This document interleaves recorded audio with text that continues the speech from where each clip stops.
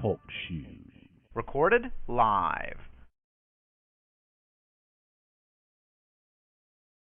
Hey, good afternoon. This is Ted Hicks from Late Night Parents, joining you for a special podcast.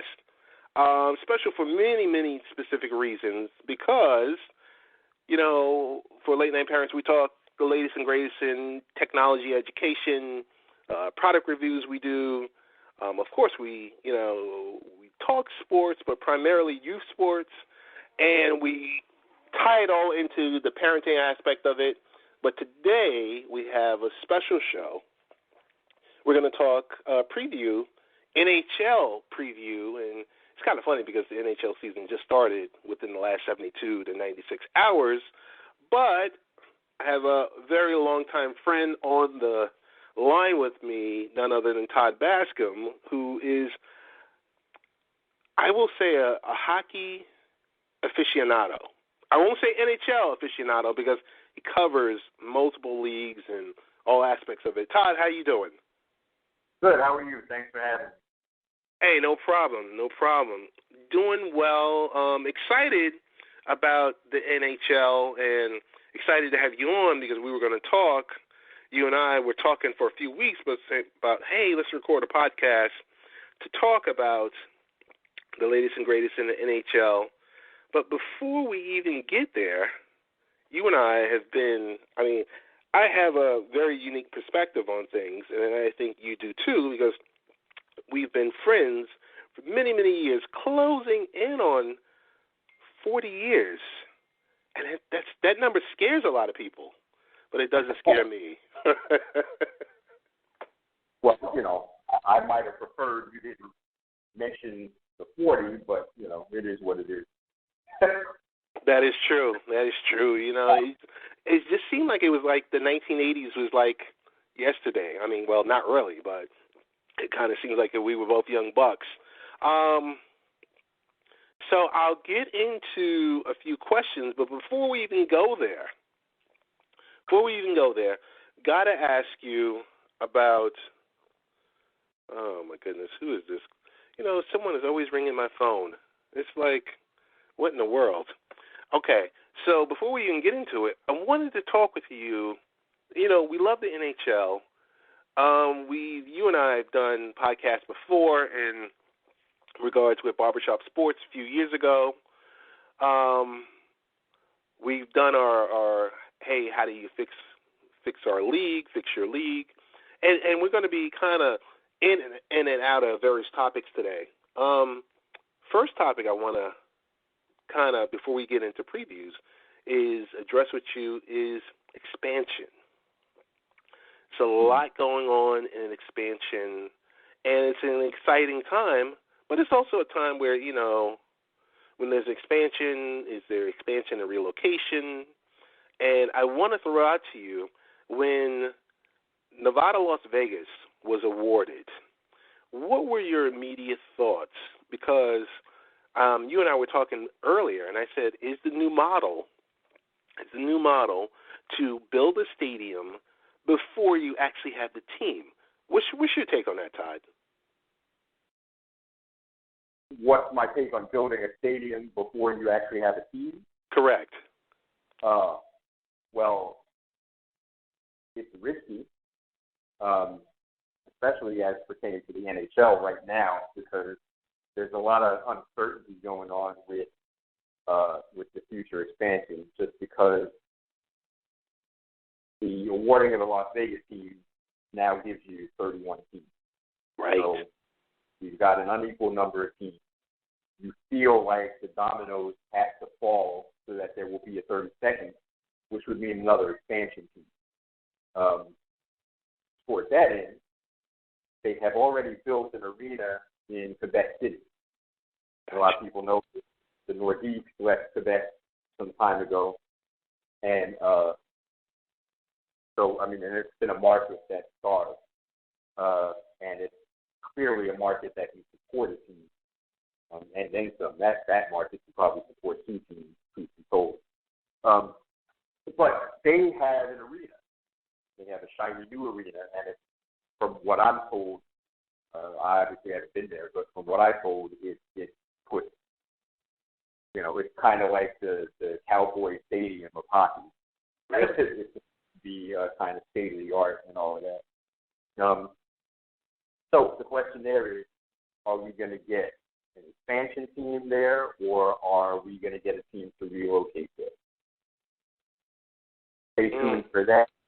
Not sure, but it is a risk because that place now is sitting empty. And I'm sure that they have events going on there. I believe, and don't quote me on this, I think that they may have played some of the preliminary games for the recent World Cup tournament there. And I didn't get to see those to get a look at the arena, but it's out there, it's ready, and right now they don't have anything to put in. So I guess the risk depends on where the money came from. So if it's public money, you can imagine voter outcry might drive that impatience. Or if it's private money, you know how it is with private business and billionaires. They don't put their money where they don't think they're going to get a return. So it's true. It's true.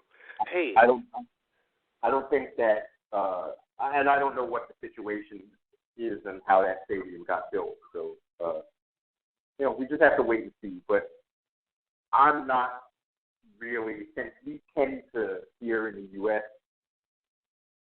usually build with at least some sort of public money involved. I'm not sure it's real viable here. Gotcha. So we'll see what. So just a follow up to that question. When I say the word Seattle, because there's the Pacific Northwest, that untapped market, you hear something every day about NBA, NHL. You hear about, last time I checked, they've got their own little Silicon Valley out there between Bezos and Gates and, Starbucks, and you got everyone out there. Well, what is it going to take? What's it going to take for that group or a specific group to figure this out? I mean, it seems like the ideal place where you could say, hey, we can do a combo, NHL, NBA, and then you got it covered. What's your take on that? Well, yes. I mean, it would seem an obvious market. But here's the thing with Seattle that kind of creates even more uncertainty where the NHL is concerned. So the new team in Vegas is obviously going to be in the Western Conference. Right. So we're going to 16 teams in the Western Conference, 15 in the East. So if you're going to add another expansion team, the obvious logic, I guess, if you're going to have another team in the East, is to put it in Quebec City. So now you've got Quebec City is your new expansion team in the East, and Vegas in the West. If you're going to give a team in Seattle, it throws that balance off, and then what you're going to end up having to do is realign. Right. And so now we're going to have to realign, and my money would be on I don't know, maybe one of the teams in the Midwest coming to the East, like Nashville or something like that. So, I mean, who knows what the choice would be there. But as far as Seattle itself, yes, basketball, hockey, it's an obvious market. What I like about Seattle in the NHL is now you've created natural rivalries with Vancouver. Yes. So geographic rivalries with Vancouver and San Jose, even. And even Calgary and Edmonton. That's an interesting thing. It's a place where I think there should be an NHL and NBA team. That the Sonics back there is ridiculous, and that's a shame. But you mentioned the money and Starbucks,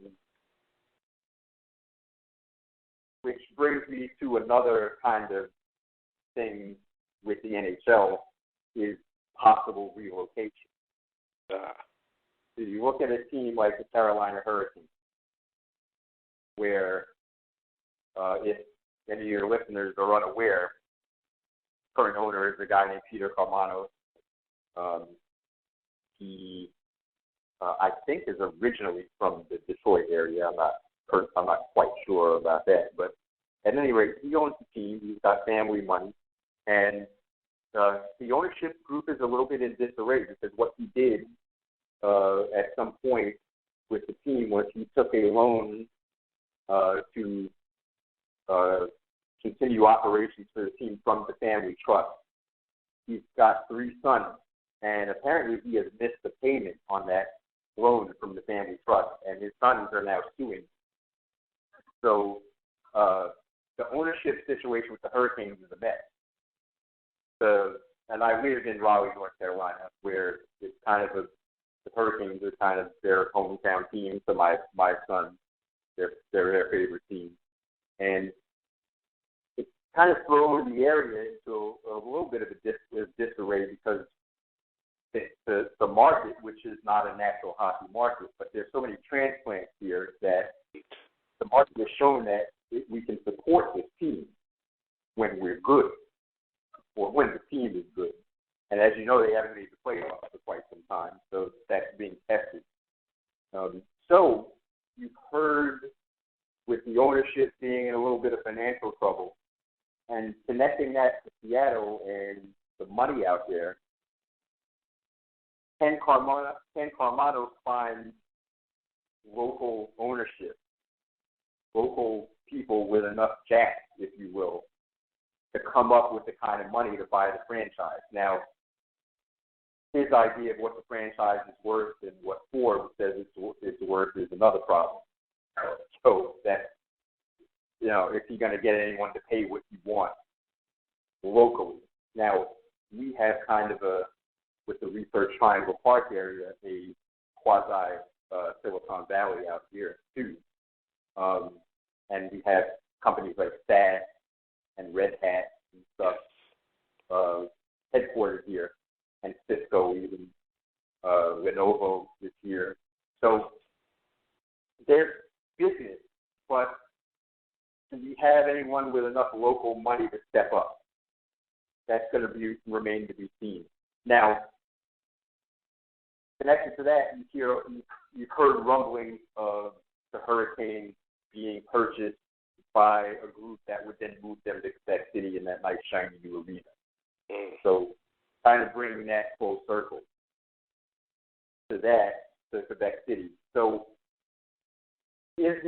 now there's kind of a lot of things that would seem to prevent that. For example, they probably have the best lease deal in all of hockey.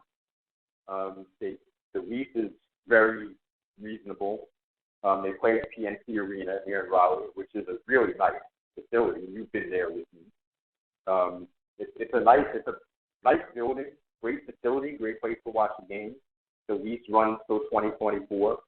So it seems unlikely that they would move, but the ownership situation bears watching. Crazier things have happened. So what the NHL is going to do, I don't know. But I would think that they're going to go more towards the area of expansion, because the NHL really does not like to relocate teams.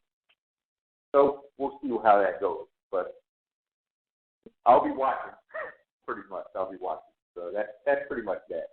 Hey, so last related question on expansion, and it involves up here in Long Island where you used to live. There's a new stadium. It's not as shiny, but it's being retrofitted in the Hempstead-Uniondale area. It's going to fit roughly about 14,000 seats. A little small for hockey, but hey, shouldn't be a bad seat in the house. Are you hearing anything outside of Barclays versus Islanders moving back, or kind of holding steady? It's a kind of messy situation and I want to also add on to this question by saying I'm going to, on November 1st, Tuesday, November 1st, I'm going to attend the Tampa Bay Lightning against the Islanders at my first game at Barclays to see an NHL game. Uh-huh. What are you hearing, or are you hearing anything about Islanders in Brooklyn, Islanders leaving Brooklyn, going back to Long Island, or everything status quo? Okay, so this is a really complicated situation. And it's complicated, I think, because the new owners of the Islanders want it to be that so that they can get the best deals that they can. So here's what we got. Right now, as you mentioned, they're in Brooklyn, the Barclays Center. Now, I have not been to a game there yet. Would this be your first game going to that arena when you go? No, I attended high school basketball, college basketball, and I saw like 2 or 3 Nets games last season. So, but I haven't been there for hockey, and I haven't been there for circus either. Okay, so I haven't been there for hockey either. What I'm told about the arena for hockey, and I can't verify this myself, I mean, I've just been told it, is that there are very many bad seats in there for hockey. There's a lot of seats where you can't see whole sections of the ice. That's what I'm told. So, unless some sort of renovation is done to Barclays, I can't see the Islanders there long term. It's also interesting that they have an out clause in their current deal that allows them to get out after it might be another season or 2. But it's pretty soon. I think it allowed them to get out after 3 or 4 years. Right. And I think that was done on purpose too. So what are the Islanders going to do? I think there's 3 possibilities. So one, stay in Brooklyn. The other, actually 4 possibilities. I'm sorry. One is stay in Brooklyn. One is go back to a renovated Nassau Coliseum, as you mentioned, smaller. The other one is you may have heard that there might be some talks with the Mets about putting an arena next to Citi Field in Queens. I heard that. Yeah. There's a 4th thing that I don't think is getting a whole lot of run, really, and that's Belmont Park. Where the Cosmos were going to have their stadium. Yeah, so here's the deal with that. So the Cosmos, so they got all of this land out there. I think it's 20-something acres, where I don't know. You've been to Belmont Park, probably. I mean, it's huge. It's just a huge area. Yes. And, so there's plenty of room for an arena there, and the state, some entity of the state actually, because Belmont Park is run by NYRA, which is run by the state of New York, and so some of this land was put up for bid by some state entity or another. And so there were a couple different bidders to this. As you mentioned, the Cosmos in MLS, I believe. No, they're not MLS yet. NASL. Yeah. I think they're trying to drive a move there so that they could eventually get an MLS status out there. But, that's neither here nor there. The third, there was another 2 other bids from retail groups that, I don't know, the last thing we need is another shopping mall, but maybe something like that. And there were rumors that the Islanders were involved with talks as well. Now, everybody's saying that they don't know anything about this. So there's kind of a thought, well, maybe it's just being put out there so that they can light a fire under Nassau Coliseum or the Mets or whatever. So is it real? I don't know. But it's been reported. So if I were betting on this, I definitely think that they don't stay in Brooklyn. Okay. I definitely think they don't stay in Brooklyn. So I don't really think that the Belmont. I tend to agree that the Belmont thing might be a smokescreen. So I don't think that's going to happen either. What do I think should happen?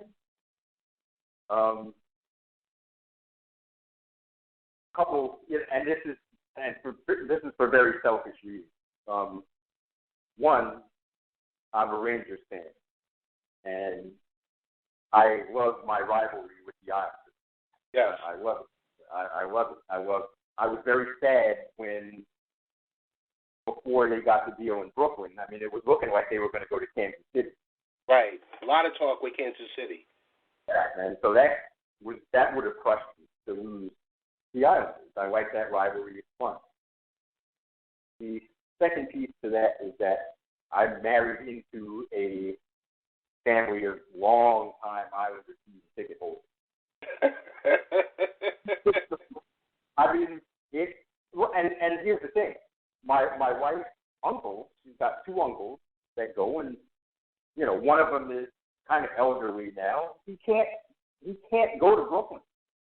Right. Like, he's not going to drive to Brooklyn, and he's not going to put himself on the Long Island Railroad to go to Brooklyn to see this team. And these people have been fans for 40, 50 years, 40 years. Yep. And he's got to see. I mean, and hate the Islanders as I do from a strictly hockey thing. Their fans deserve better than what they've got. So what do I want to see happen? I want them back in the National Coliseum. And I think it's good for them. I think it's good for their fans. And it's good for the history they built. They won 4 cups in a row, for crying out loud. No. They belong there, and I hope they get back there. So we'll see what happens. Hey, and as I'm saying this to you, Todd, I'm sitting here with my autographed Mike Bossy picture that I was able to receive. I attended an event at Semantic over the holiday season last year, and Mike Bossy was the featured speaker, and he was autographing pictures, and he autographed one for me that I had, So, yeah, I'm a homer. I will say this much. The first year the Barclays Center was open, I was totally against it. I finally broke down for the McDonald's Classic, and I took my daughter and son with me to the McDonald's Classic, and guess what? We took the railroad. We took the railroad from the Hempstead Station, went directly there, and then at nighttime, what they do is a really good job. At nighttime, there was no wait. The train was sitting right there. As the event ended, I hopped on the train to go home, 50 or so minutes. I was home, and I didn't even have to switch trains. It was totally remarkable. Yeah. Kudos to them. For working with the MTA on this one, because I was pretty impressed. It's not my 5-minute drive to Nassau Coliseum, but it wasn't as painful as what I thought it was going to be. Now, granted, if you have any issues, there is some walking involved. So if there's any impairments or anything like that, or if you have any medical issues, it could be an issue, because getting up the stairs, getting around the corner, and walking across the street, which was a very busy street, in Brooklyn, I don't know. I want that, and I want to say there's a barbecue place about a block away from the Barclays Center called Morgan's. Great spot to eat. Cost effective, you name it.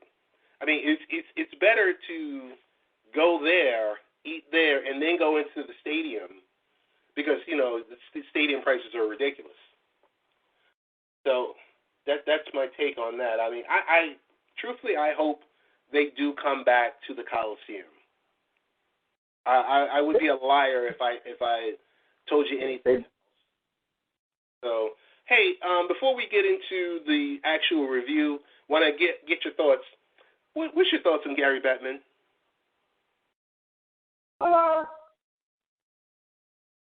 Like what type of job doing versus the other commissioners or CEOs of the other, 3 major sporting organizations out there? Well, first of all, anyone's better than Goodell, so we can get that out of the way. So that would at least put him number 3.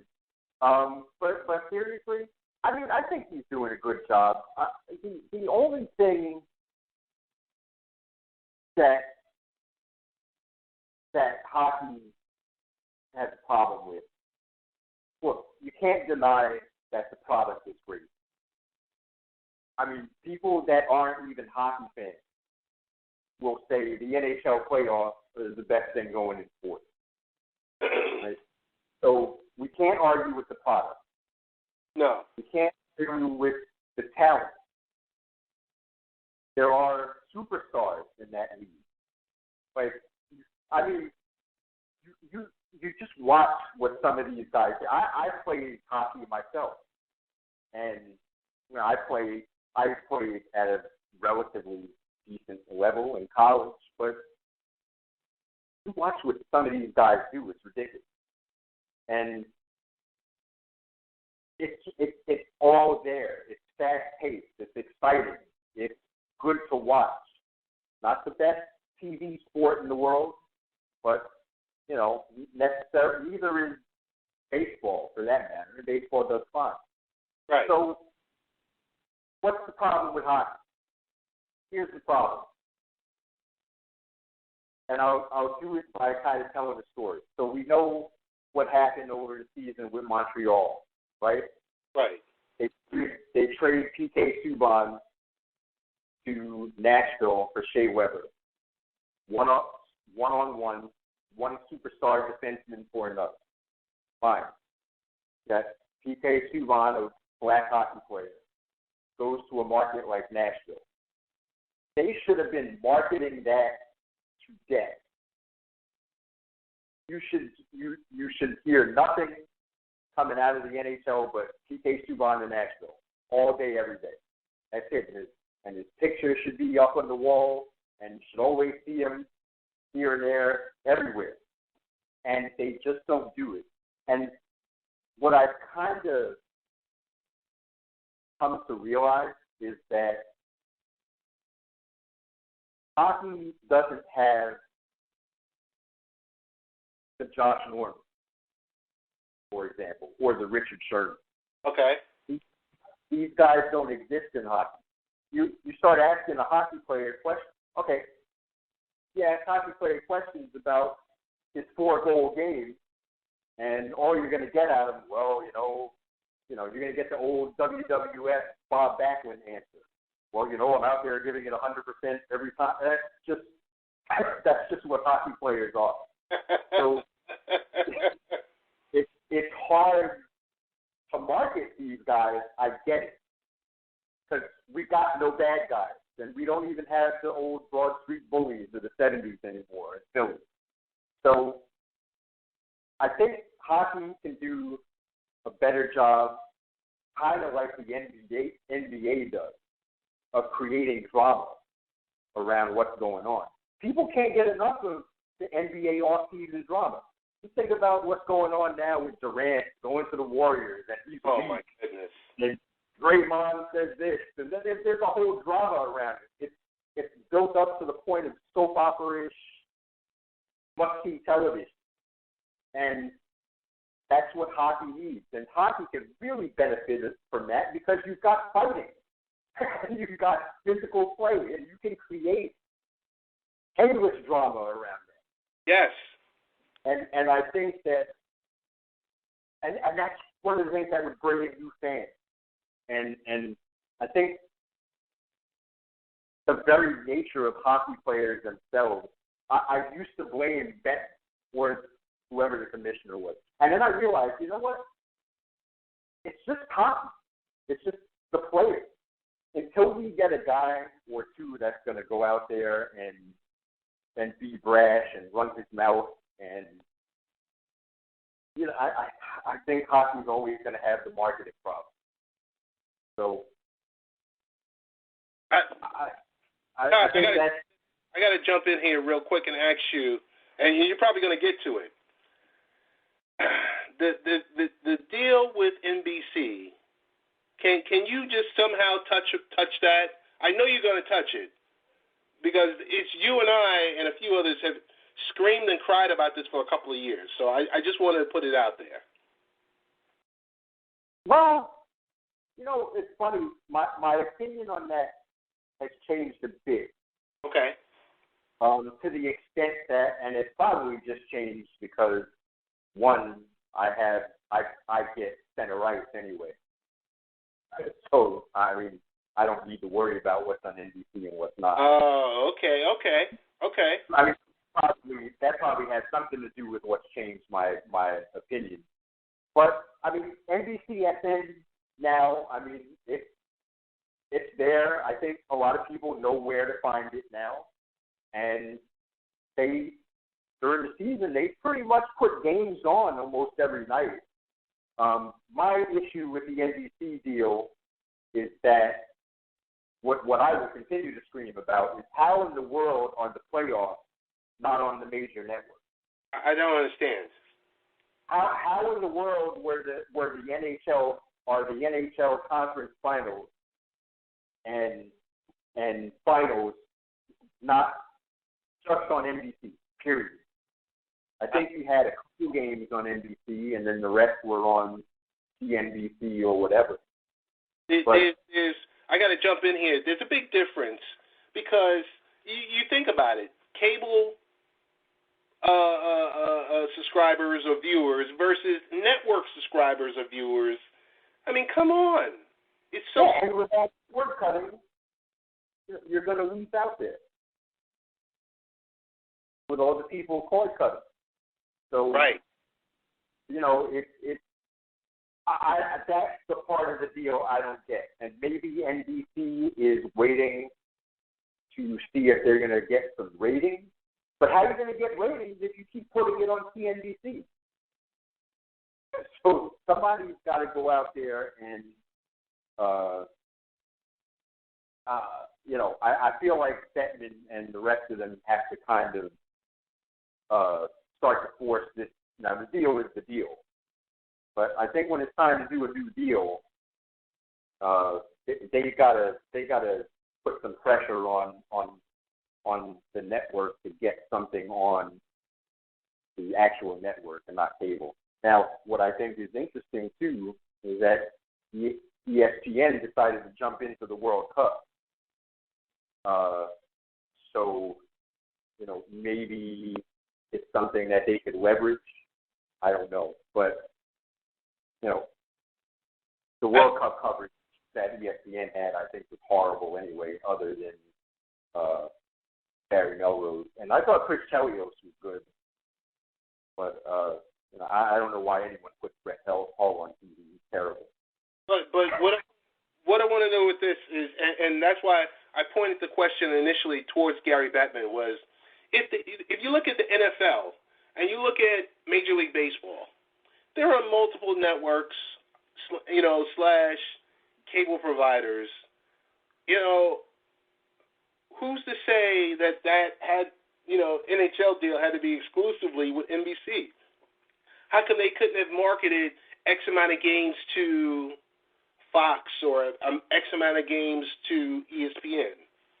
Well, I mean, look, I think at the time the deal was done, they just didn't have it in favor. So, I mean, I can't really blame them for the deal that was in place. But where I will hold Bettman accountable is when the next deal comes up.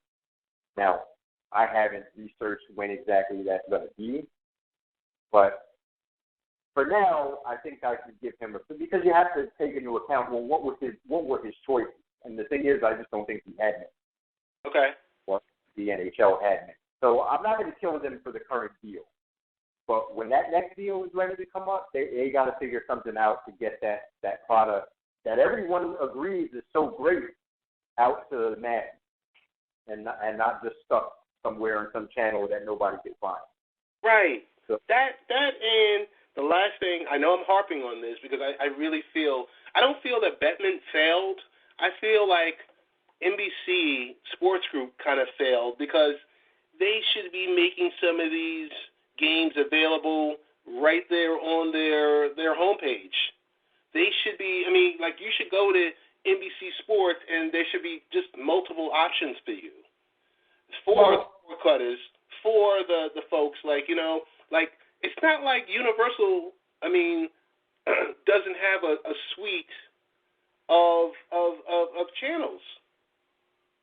Right, and I think that for that, and I think where the real opportunity was missed was a couple of years ago when you had the Kings and Rangers in the final.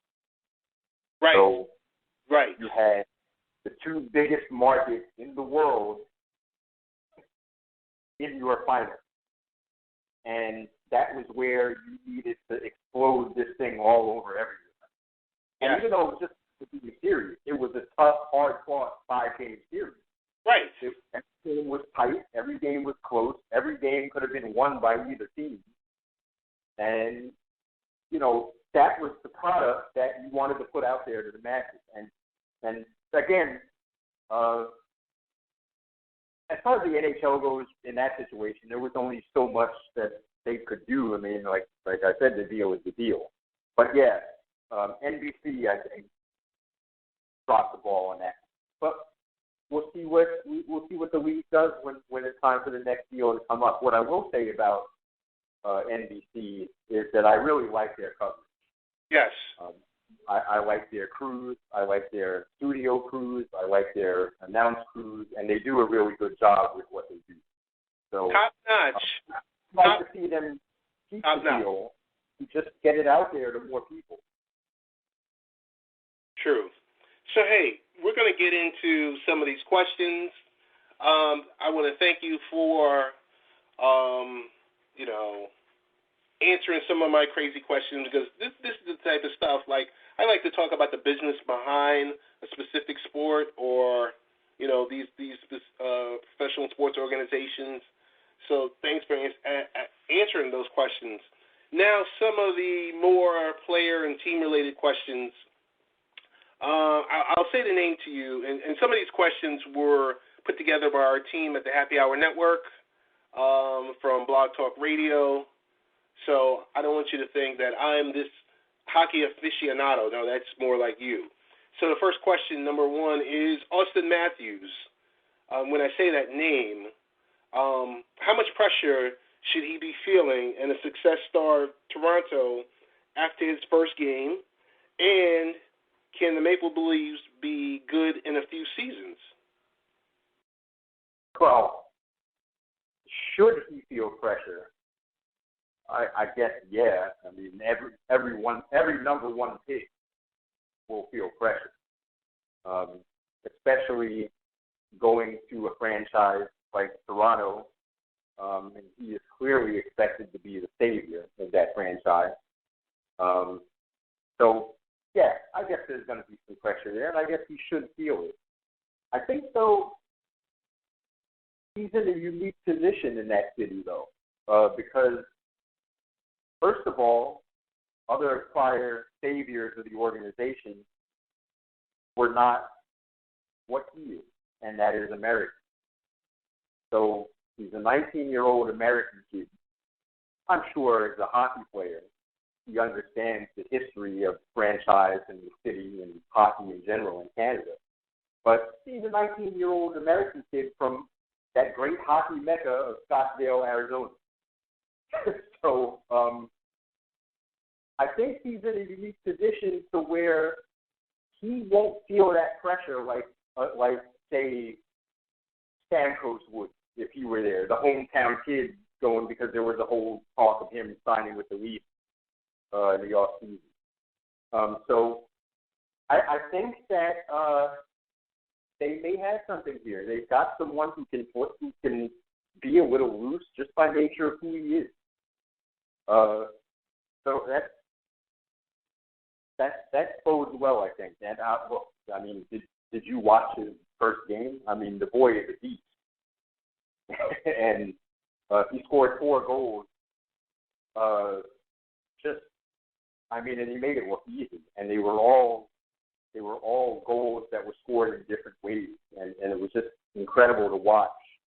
And to see his mom and dad in the stands there, their poor mother looked like she was in tears the entire game watching this kid.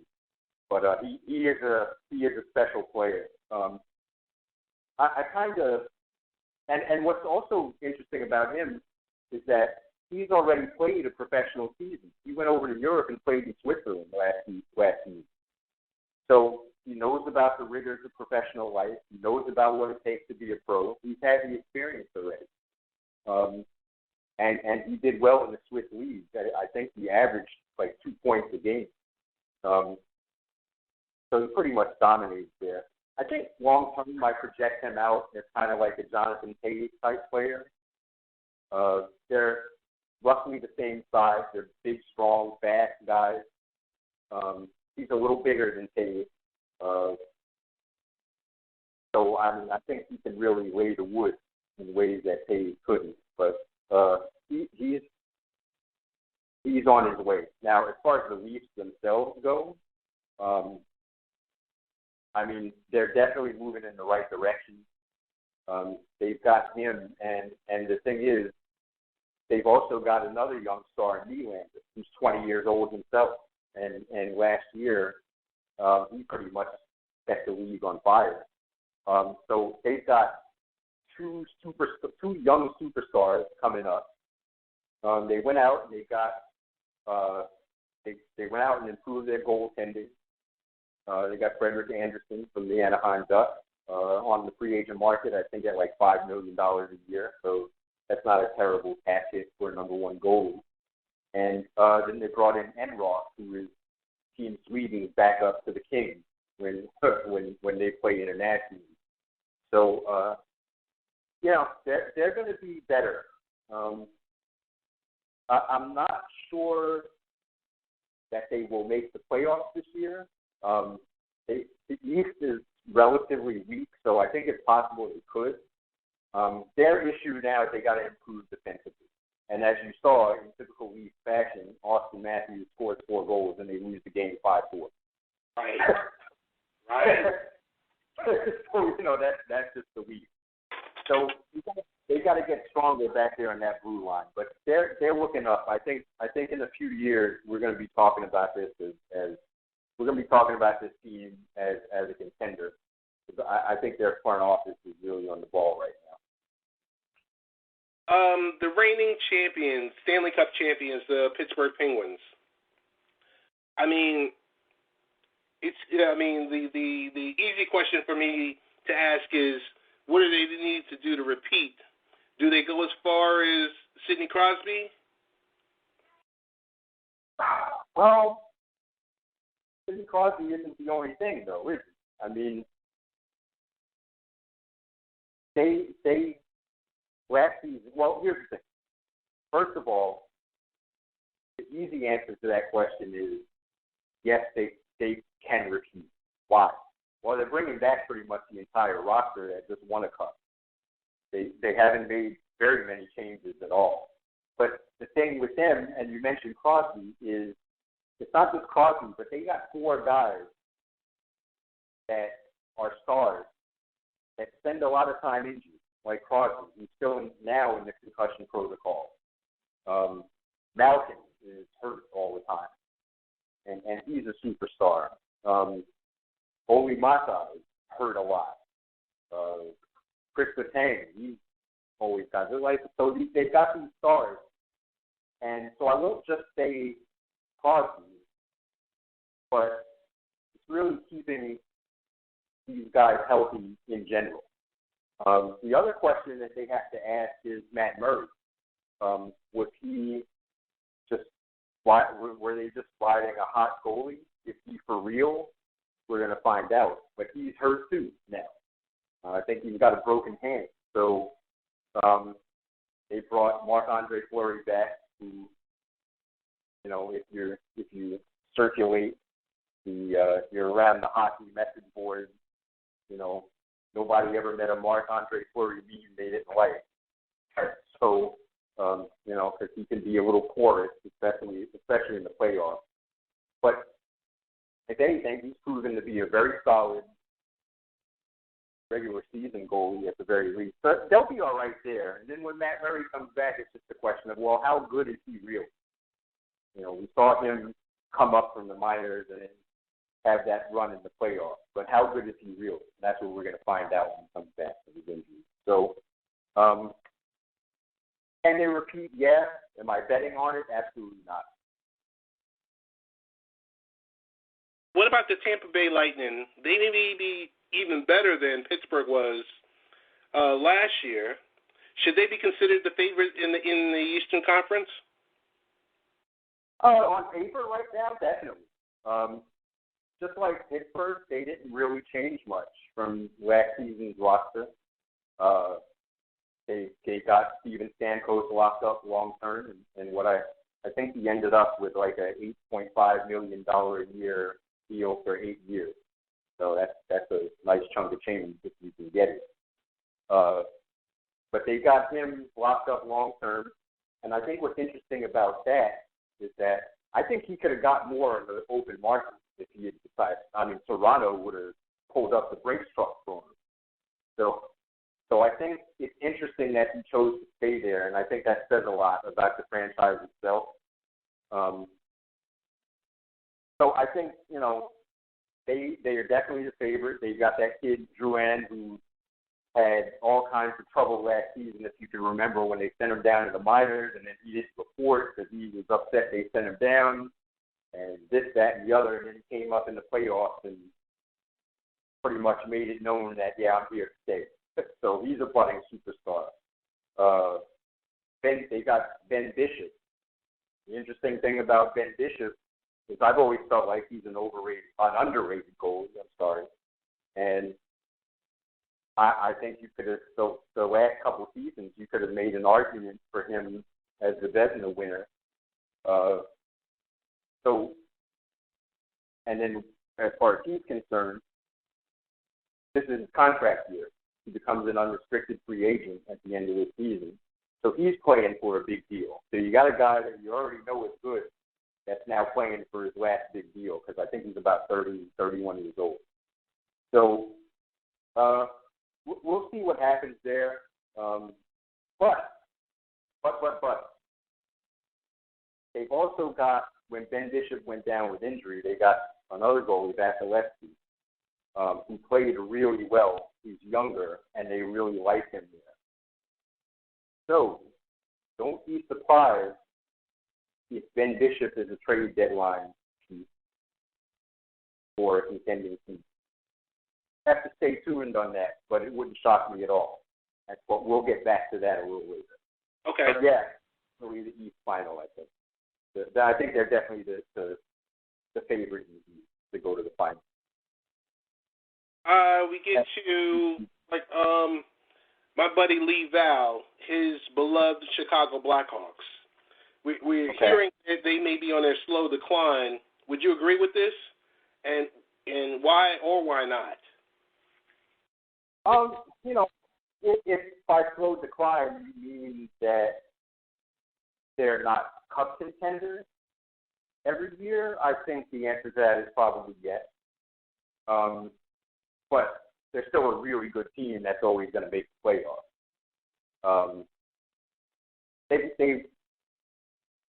They're in a way the Western Conference version of the New York Rangers, where they're always up against the Cats every year. You know, when you got guys like Hayes and Kane on your team, that's going to happen. You got to pay them. Not to mention Corey Crawford, and you got a lot of guys there that have won championships, and they want to get paid for that. So they're going to be up against the Cats. They've had to let some guys go as Cat casualties. It's hurt their offense. But where they lost in offense, I mean, I think now that they're probably better defensively on the blue line than they've been in the last few years. So that may balance out a little. I don't think that I would call them cup contenders. So, yeah, I guess maybe they're in a little bit of slow decline, but I'm not going to count them out because the guys that run that team really know what they're doing. So there's no panic in Chicago, I think. Are the Nashville Predators ready to make the next step? Oh, I watched them play the Blackhawks last night, and the answer to that is a definite yes. They definitely look like they're ready. I mean, they already had what could be the best defense in the league, and then they go out and bring PK Subban in, who also has a lot of offensive abilities as well. I think he scored their second goal last night, and he scored it on a slap shot from the blue line that I think might still be orbiting somewhere. I mean, it was I didn't even see it come off the stick, and so it was just crazy. Here's the problem, though, with them, is that I kind of feel like this is the same sort of team in a lot of ways that we saw those Rangers that went to the finals against the Kings, where they had a lockdown defense, and you had to wonder, well, okay, that's fine, but who's going to score goals for this team? I mean, they got Forsberg and they got Neal, and I guess you can count on Subban for a little bit, but when the playoffs come around, you're playing the best defenses, the best penalty kills, the best lockdown defensemen. You got to have dynamic scorers, and I wonder where that's going to come from. The other thing is that, unlike the Rangers of the year they went to the Cup against the Kings, they don't have that sort of goaltending. Pekka Rinne let in a couple goals last night that were really shaky. He had a bad season last year, or not a terrible season, but he was not good last year, and he hasn't looked good so far this year. Which brings me back to Ben Bishop. That could be the deal that the Predators need to make at the deadline. We'll see. But I wouldn't be shocked if their current goaltending situation stays the same. They don't make a play for Ben Bishop come the deadline. And if the Lightning are happy with what their younger goaltender is doing, I think they would pull the trigger on that deal, especially when they know that they may not be able to re-sign. So we'll see what happens. Stay tuned on that one for sure. If that deal happens, that's going to be, I might even make them the favorite to win the Cup. So we'll see. The great one, Wayne Gretzky, recently returned to the Edmonton Oilers in a way. The Oilers are perennial underachievers. Can they finally start to get better this season? Oh yeah, they're gonna be better for sure. Connor McDavid, the last number one pick, is already a superstar. I mean, I don't know if you watched the World Cup with that North American under-23 team that had him, Austin Matthews, Jack Eichel. I mean, just all of these young superstars. And this guy is just as good as they get. I think I read that he's already been named captain of the team, which is crazy for such a young player. They're going to be better. I'm not sure they're a playoff team yet. One thing that they did that I really like, especially for Connor McDavid, who got a little beat up last year, they went out and they signed Milan Lucic, the ex-Bruin, who, if you've ever watched him play, he is one mean, nasty dude. And he's going to be out there laying it down on people, and that's something that the Oilers need. And so he'll bring that physical veteran presence. They're going to be better. I'm not sure they're a playoff team yet, but they're on the rise. They'll get there. Besides the teams we discussed in the Eastern Conference, what other teams have a chance to make it to the finals? In the East, well, you know, the thing about the NHL is it tends to be a pretty wide open league, especially in the playoffs. You know, anything can happen. I'm not so sure I see that this year. It kind of feels like each conference is a little bit top heavy. So besides the Penguins and the Lightning, I mean, I guess you have to throw the Capitals into that mix. They're always going to be in the discussion as long as Ovechkin is there, I guess. But, you know, we know the Caps. I mean, they just, you know, I'll never pick them to win anything until I actually see it. You know, it's kind of like, I just can't believe it until I see it. So I guess you have to throw them into the discussion. But, I mean, unlike most years, I mean, I really think this is one of those years where I don't see very many teams other than those three that could end up in the final. And the same question in regards to the Eastern Conference. What are the other teams that have a chance to make the finals? Well, in the West, well, I mean, I think the hot choice, the kind of the sexy pick is the Dallas Stars. I've seen a lot of people picking them to go to the final. You know, I kind of hold them in the same regard as I hold Caps, where, you know, I kind of, well, yeah, they look good, but they always find a way to fall on their faces. So, you know, I'll put them in the discussion, and then you have the usual suspects like the Sharks and the Ducks. And, you know, don't look past St. Louis. They've been really good for a long time, and I don't understand. I thought maybe last season they were going to make that next step. So we'll see what happens this year. But they're really good, too. So I wouldn't be shocked if they were in the final. What do I think the final will be? If I had to put money on it, I'd say Lightning Ducks. Well, I'm sorry, Lightning Sharks. Lightning Sharks, all right. Yeah, but I think this year is as hard as it's been in a while. I mean, even though it's a little open, and I mean it's not as open as it's been. I'm not sure. I think it could be any one of those. It could be any two of those 6 teams that I mentioned. So, and then you know how the NHL Playoffs, so something wacky is going to happen. So, stay tuned again.